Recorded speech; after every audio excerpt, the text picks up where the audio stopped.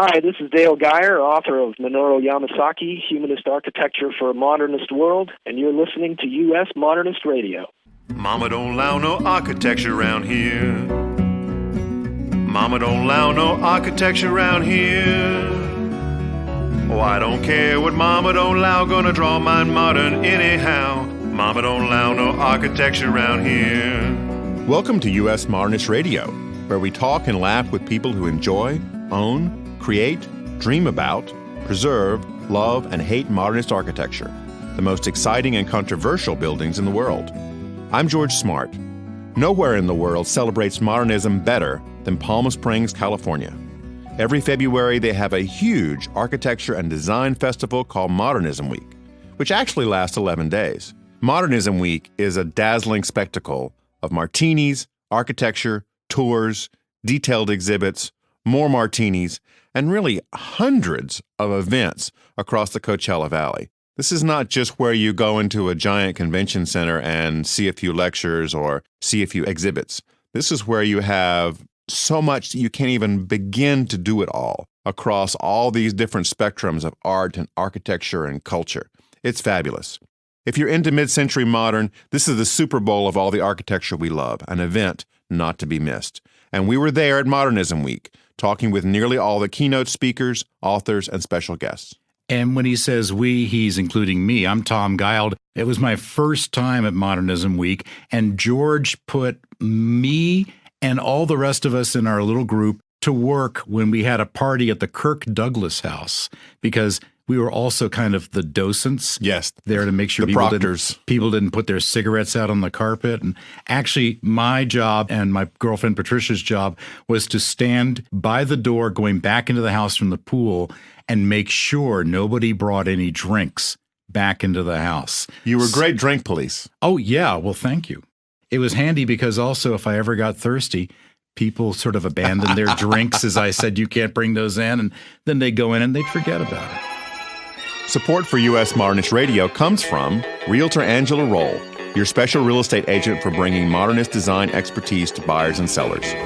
Reach Angela at angelaroll.com, that's ROEHL, or 919-995-0550. Today, it's modernism in print, as in books. You remember books, right? I do. Those things we had in our hands before Kindle came along.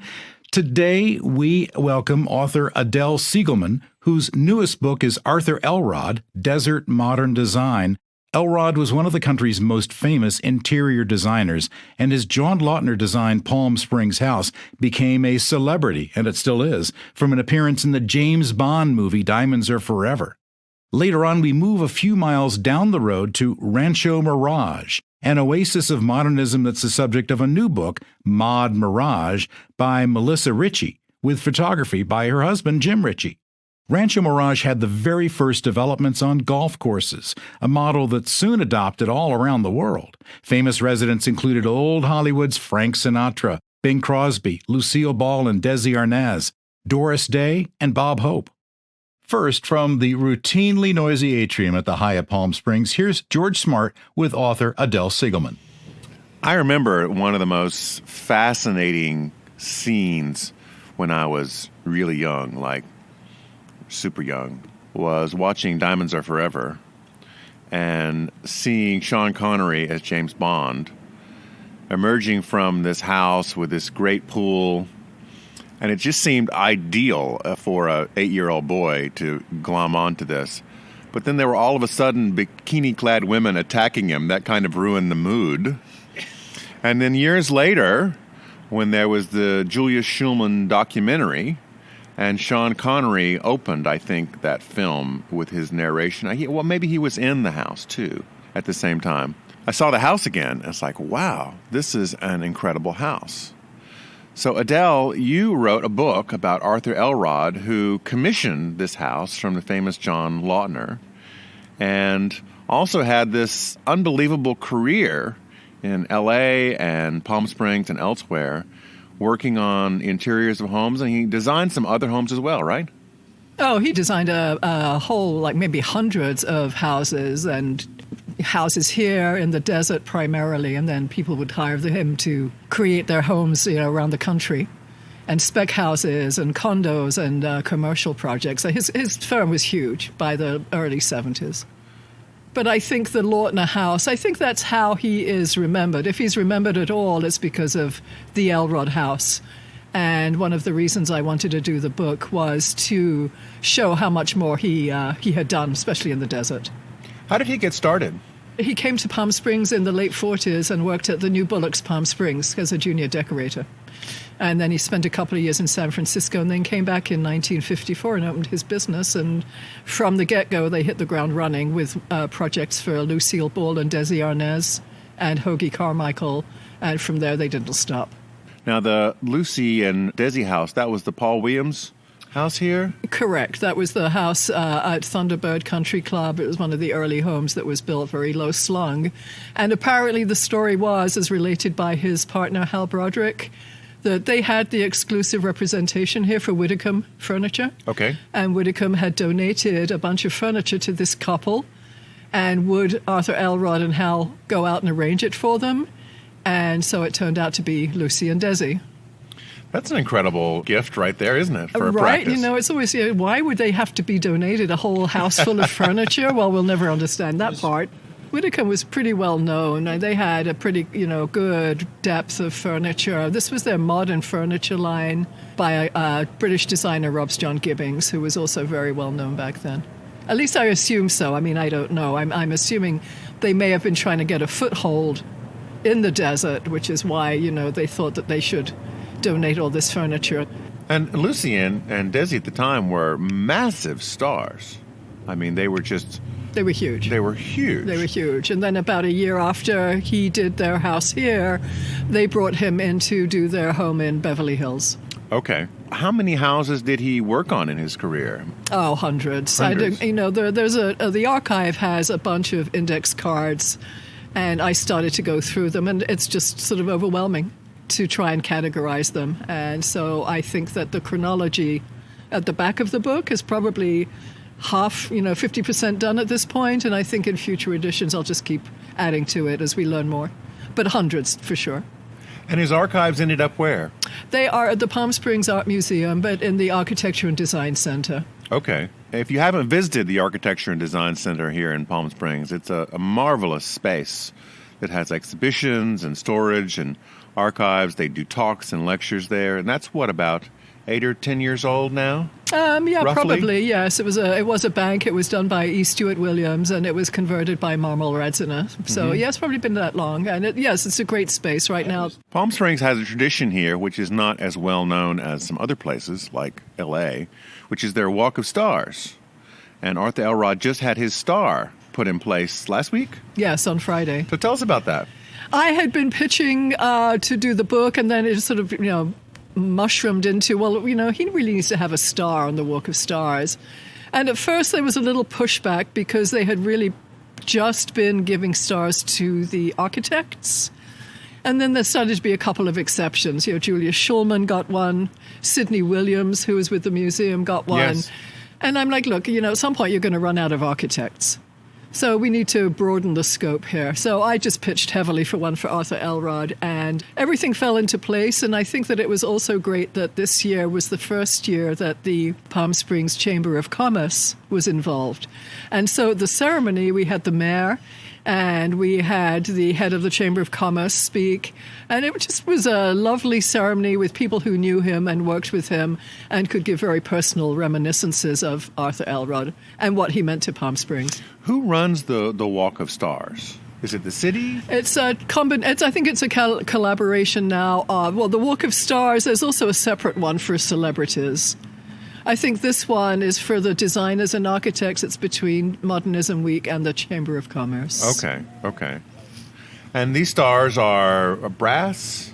And do you know what they're made of? I have no idea. It looks like it. But they're embedded in the ground? It's embedded. It was so lovely, to see the whole thing. And, of course, the day before there was torrential rain and they're trying to dig a hole and it keeps filling up with rain. And the chairs don't arrive until like 1 minute before the ceremony, you know.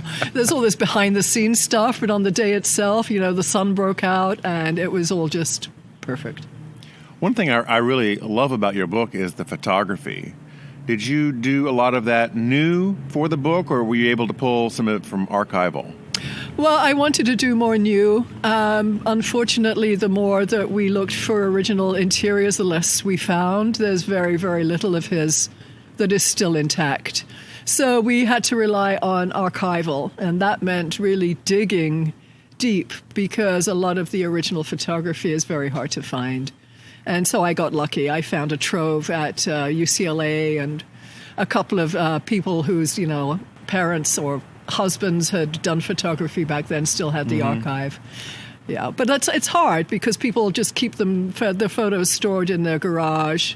And we were also running into a lot of times where the photography itself had deteriorated in color. So far, yes. Were these mostly color photos or black and white photos? I would say in the 50s, people were mostly photographing in black and white. When he was being published in Architectural Digest, then it was black and white. And it's always such a joy to come across even just one color photo of a project so that you can really get a sense of what was going on. By the early 60s, I would say most of his projects were photographed in color. Julia Schulman, the famed architecture photographer, had a great relationship with a number of different architects and designers, most notably Richard Neutra, who kind of gave him his start. Did he do a lot of work with Elrod photographing his projects? No, not Julius. I don't think there was very little. Maybe a couple of early Stuart Williams houses. I think for the most part, Arthur Elrod's look became much smoother, much more sophisticated. It really wasn't a Julius kind of look. And by the time that Architectural Digest, by the late 60s, they were into a whole different aesthetic. Yes, it really did change. It changed. And they really wanted that much more of that high gloss, all the lights on, fireplaces glowing kind of thing. And that just wasn't Julius's look at all. So I think there was a parting of the ways there. And Arthur Elrod just worked with certain photographers he was very comfortable with. Mainly George Zanuck, who I think has gone very unrecognized as a photographer of that period. And that's whose archive I found at UCLA. And that was a goldmine because Zanuck was the one who photographed the majority of his projects. What was the Elrod look or style or approach that really caught with the public here? At the beginning, he was just brought this fresh energy. I assume that at the beginning, most of the interiors here were just sort of shades of browns and tans and beige. And his whole look was white with these beautiful bursts of color. He has fabulous yellows and reds and blues and greens. As he progressed, it just textures every surface. When you go into his homes that do exist, there's his second house on Via Lolo, which we're going to be touring this week. All right. You'll see where he's playing with textures, bleached floors, pickled walls, wallpapers, and then everything becomes custom. Everything was made for him by sources, mostly in Los Angeles, many of whom are still in business, which I thought was very interesting. For all his sofas were custom made, all of the tables, the fabrics, everything was woven for him, the upholstery. And so I think that as obviously his clients, the budgets expanded, the art collections grew bigger and better, his look just matched this. I don't know how to describe it as, one look. It's a very smooth, sophisticated, elegant style that was described, I think, by the LA Times as cool sophistication and warm hospitality. And I think that sort of sums it up. Now, he passed away when? He passed away on February 1974, so right around now, February the 18th, 1974, 45 years ago. And what did you learn about him as a person? It's very hard to know anything really about him as a person. He was so controlled and so disciplined, and took elocution lessons to lose his southern accent. Where was he from? He was from South Carolina. Really? But he was very happy to let people know that he really was from Atlanta. He did not want to, have anything to do with the farm. I did not know that Atlanta was in South Carolina. Yeah, everyone keeps using Atlanta as his place of birth. It was not. It was Flat Rock Road, Anderson, South Carolina. Anderson, South Carolina. I think I've driven through there. Yeah, probably have. The farmhouse is still there, as far as I've been told. He must not have stayed there very long. Well, he got out of Dodge as soon as he could. He went to Clemson, which was the state college, I think, back then. It was the agricultural college. Yeah. It's where everyone went. Yeah. And he studied textiles there because the other option was animal husbandry and agriculture, and that wasn't going to happen. Oh, that sounds like NC State. But that did, intentionally or not, that laid the groundwork for his career. Were you able to talk to many people who knew him to get a sense of what he was like? Yes, there's his nephew who is going to be here in a couple of days, and several people who worked for him in the late 60s and early 70s. And Nelda Linsk, the fabulous Nelda Linsk, who was a longtime client and friend of his. Okay. What was he like personally? What did you find out about him? There was very little in the archive. There's one handwritten note, and there are the guest books. We presume that his partner, Hal Broderick, threw out any personal letters or papers, if those indeed existed, after his death. So I think he just was someone who was always forward-looking. I don't think Arthur Elrod was someone who ever looked back. He just was facing forward. He was a pure modernist, always on the move, always forward-thinking, and I've always got the sense of him as being very sort of kinetic, and that's what his interiors were. Curious, innovative, and never, locked into the past. What led to his commissioning John Lautner to build a celebrated house?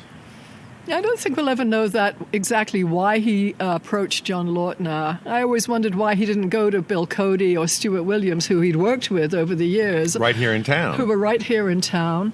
I can only assume, he obviously knew who Lautner was and had seen his work, that he just wanted something completely different. Something that was just going to be so radically different that it was going to, make his mark.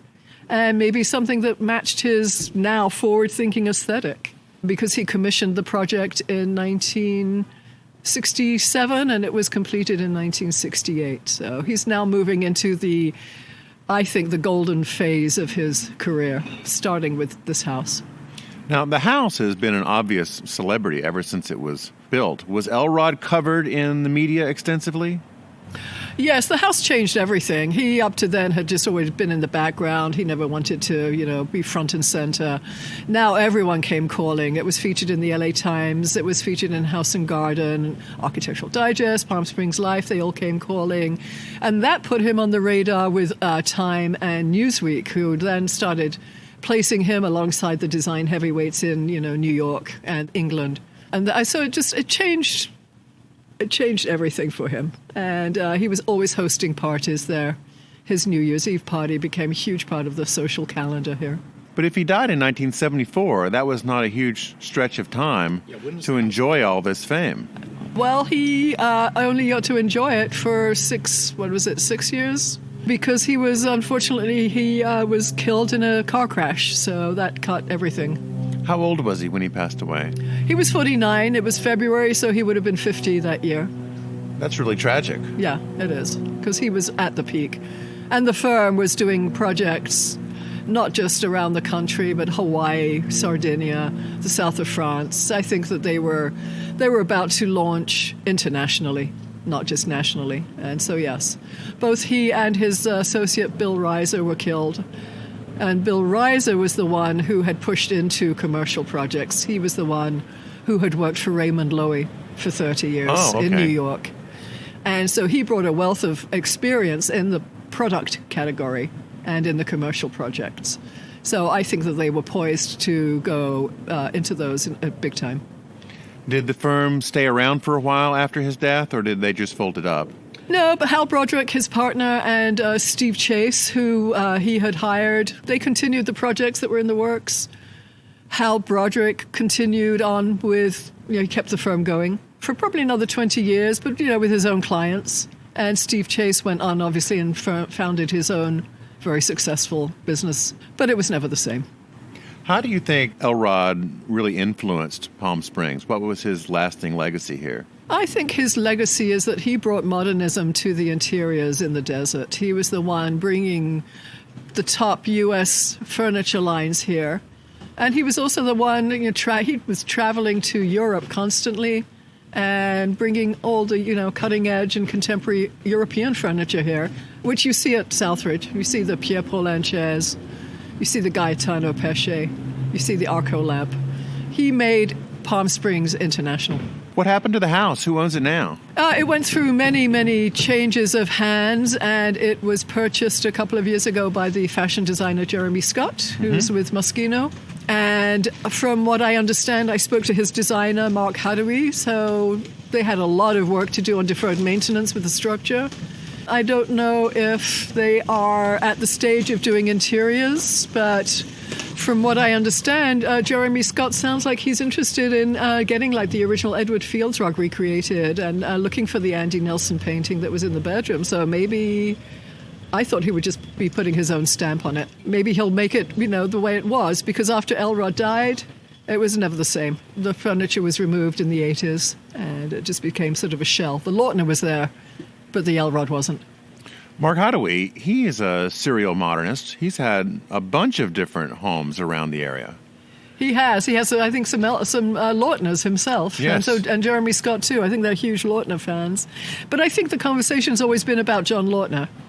The conversation has never really been about Arthur Elrod, and so I hope this changes that conversation. Because this is one of the few houses that John Lautner did where the interiors matched the architecture. Mm-hmm. Well, thank you so much for doing this book. It's a gorgeous book. You can pick it up on Amazon and your local bookstore. Arthur Elrod, Desert Modern Design. Thank you, Adele. Thank you.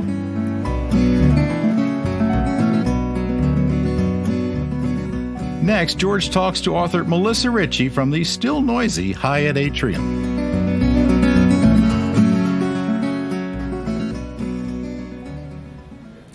I remember growing up that when I heard about Rancho Mirage, it was not about architecture. It was Betty Ford. Wasn't that how that came on the radar in the national consciousness? Oh, I think it probably was. But actually, true confession, I wasn't living here in the 90s. So I had bailed from California for a while. But certainly Betty Ford was on my radar, as she was on everyone else's. And I think certainly in the 90s, the whole Coachella Valley, Rancho Mirage included, kind of was focused more on the Betty Ford Clinic than architecture.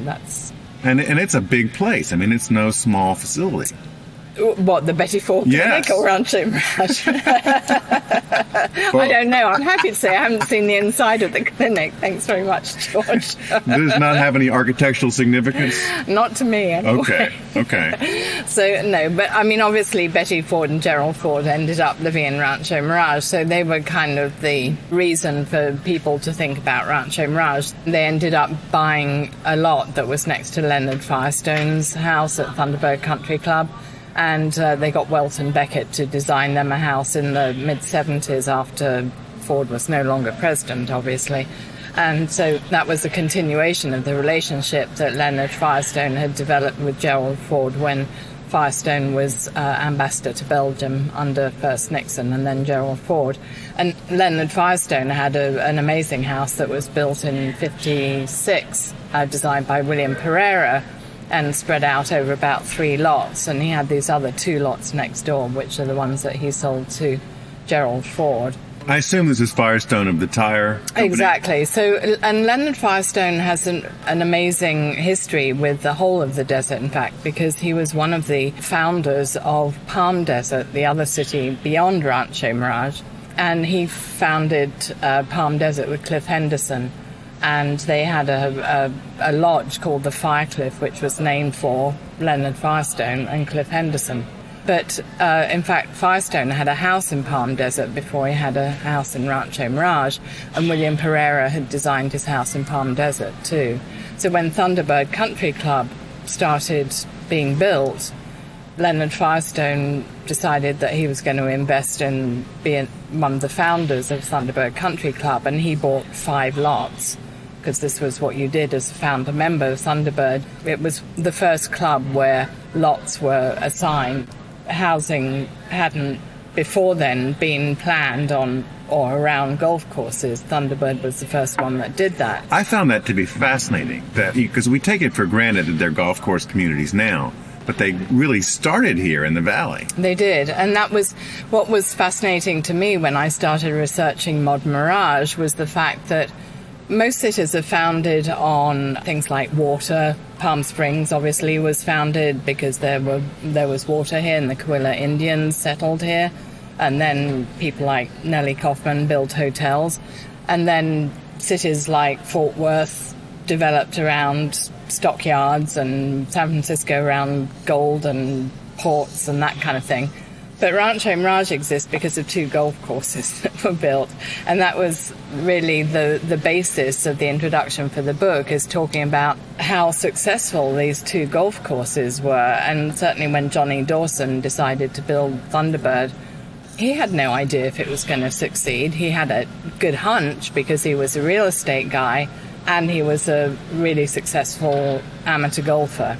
So he knew that there was a need, that golf was getting incredibly popular, and that he was onto a good idea with this idea of building houses around the fairways.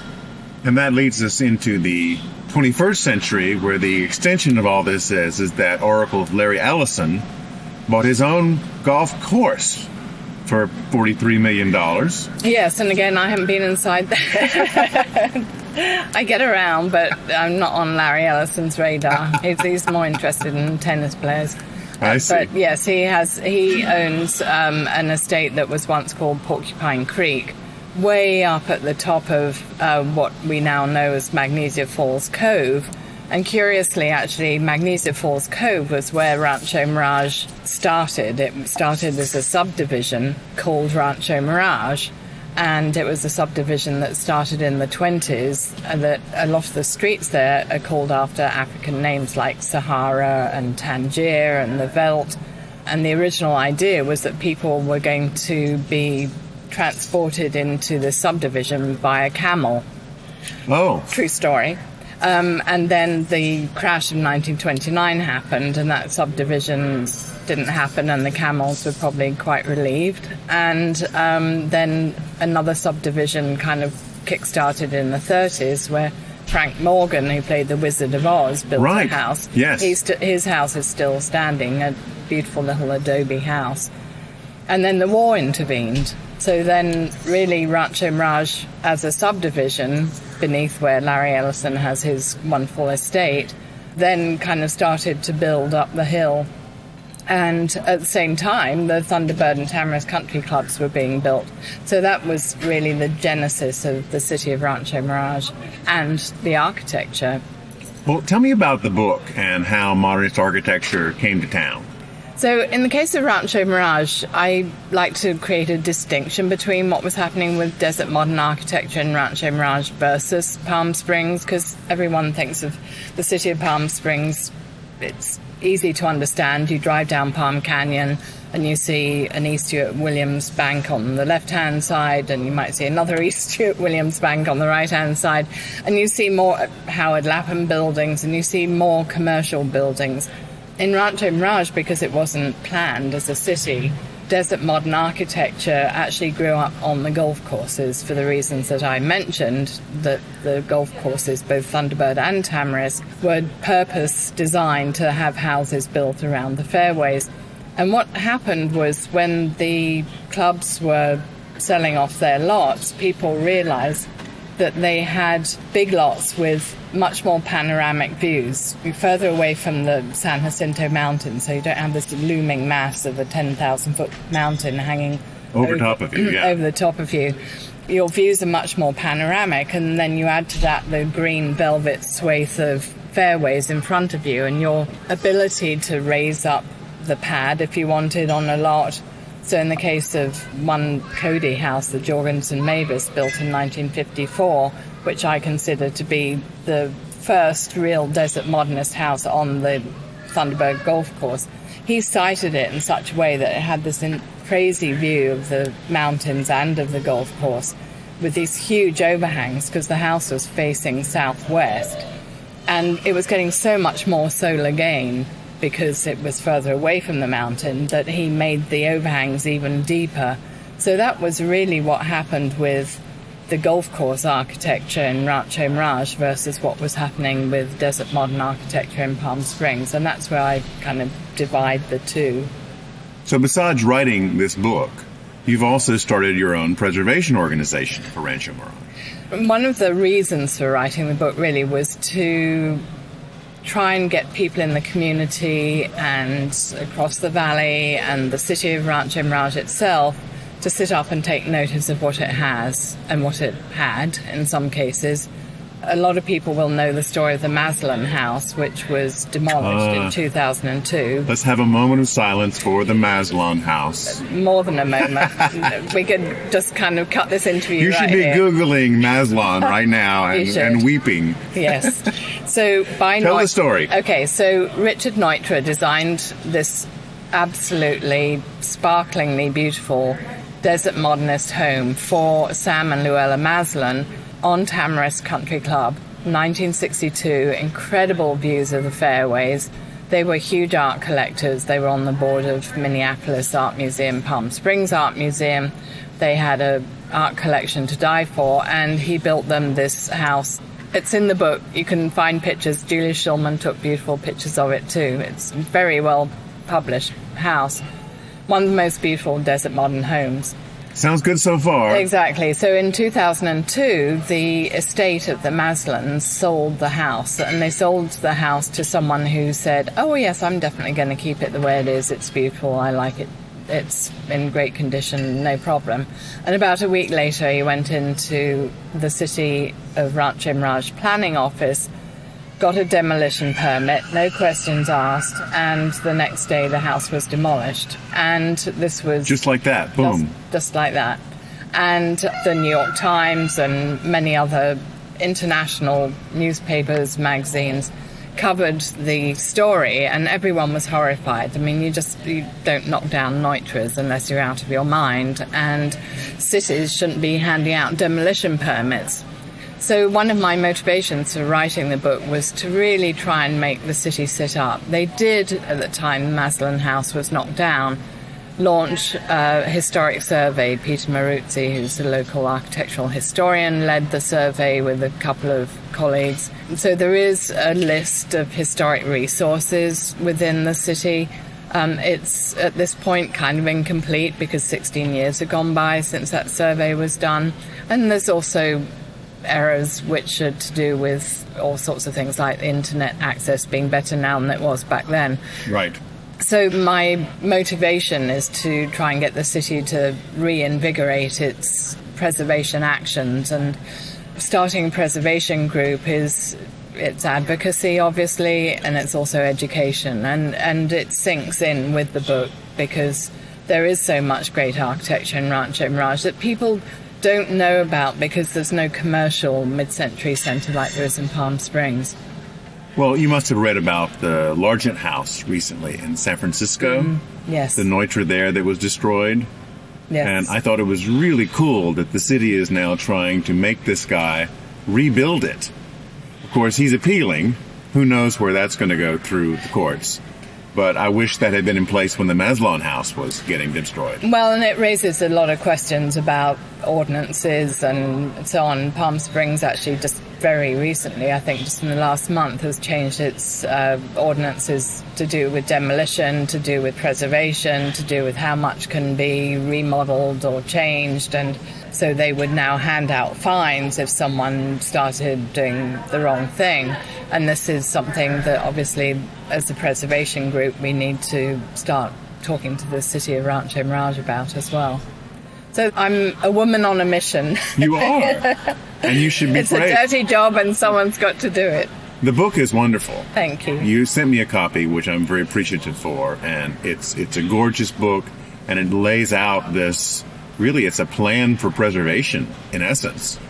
It is, and it's also the other thing about Rancho Mirage, because I live in a 1958 community designed by Kreisel, is that there are a lot of these smaller communities dotted around as well. And there are a lot of people living in those who have no idea really what they're living in, have no interest in modernism. They just like living in a community with a central pool and nice grounds. Nice views. Exactly. Yeah. So that's part of the education process too. And it's been the biggest reward about writing a book like this is certainly not financial. Let's be honest. No one writes the book to get rich.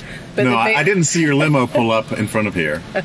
The biggest reward is when people come to me and say, I had no idea. And that happens to me almost on a daily basis. So when they say to me, we moved to Rancho Mirage because of this, that, or the other, because of Gelson's supermarket, and then they discover that they have all this history in their backyard, then that really makes a huge difference to them. And those are the people that I'm trying to educate too. Otherwise, I'm just preaching to the converted.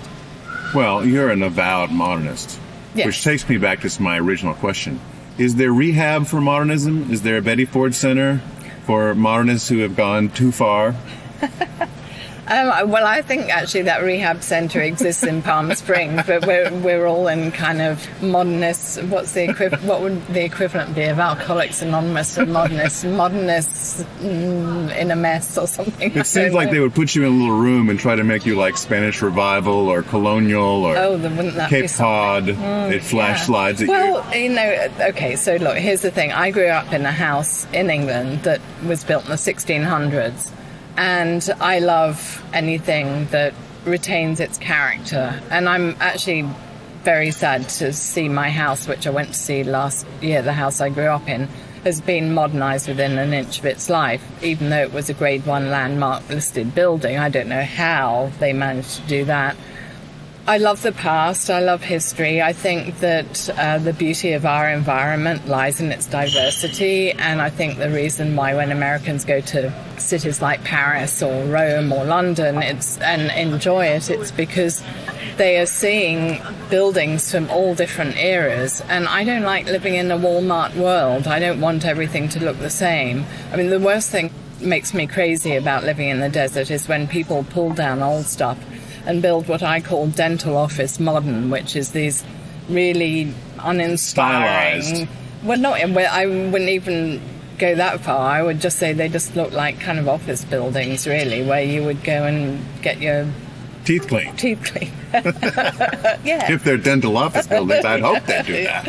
So that's my issue with a lot of the new build. What's happening now is that people are paying a bit more attention to style, and whether my book has anything to do with it or just Modernism Week in general, I think it does. People are thinking, we don't have to build something that looks very bland. We can actually put some thought and style into it. But people don't want to pay designers. I come across that all the time. I worked in design long before I started writing this book. And designers are often the last people to be consulted. It's like, let's build a house, let's hire a contractor, let's put something up, without very much attention to the actual design or the aesthetics of the building. Well, thanks so much for chatting with me, and thank you for all you're doing for modernism. Well, thank you, George. You do an amazing job too, and all modernists, thank you for your hard work as well. Thanks for listening. Want to hang out with U.S. Modernists at Modernism Week in February next year? Send an email to george@usmodernist.org with your name and phone number. U.S. Modernist Radio is underwritten by Angela Roll, your special agent for Modernist Houses. 919-995-0550. Okay, take us out, Tom. Visit usmodernist.org's massive archives to listen to past shows, discover documentation of 7,000 significant modernist houses, and access 2.5 million pages of classic 20th century architecture magazines. U.S. Modernist Radio is produced by Soundtracks Recording Studios in Raleigh, North Carolina. Our theme song was performed by George Smart and Robinson Earl. Cindy Stratton, not her real name, researches guests from her secret underground lair. U.S. Modernist Radio is a production of Modernist Archive, a nonprofit educational archive for the documentation, preservation, and promotion of modernist residential design. I'm Tom Guild. George and I'll be back soon with another Modernism Week edition of U.S. Modernist Radio.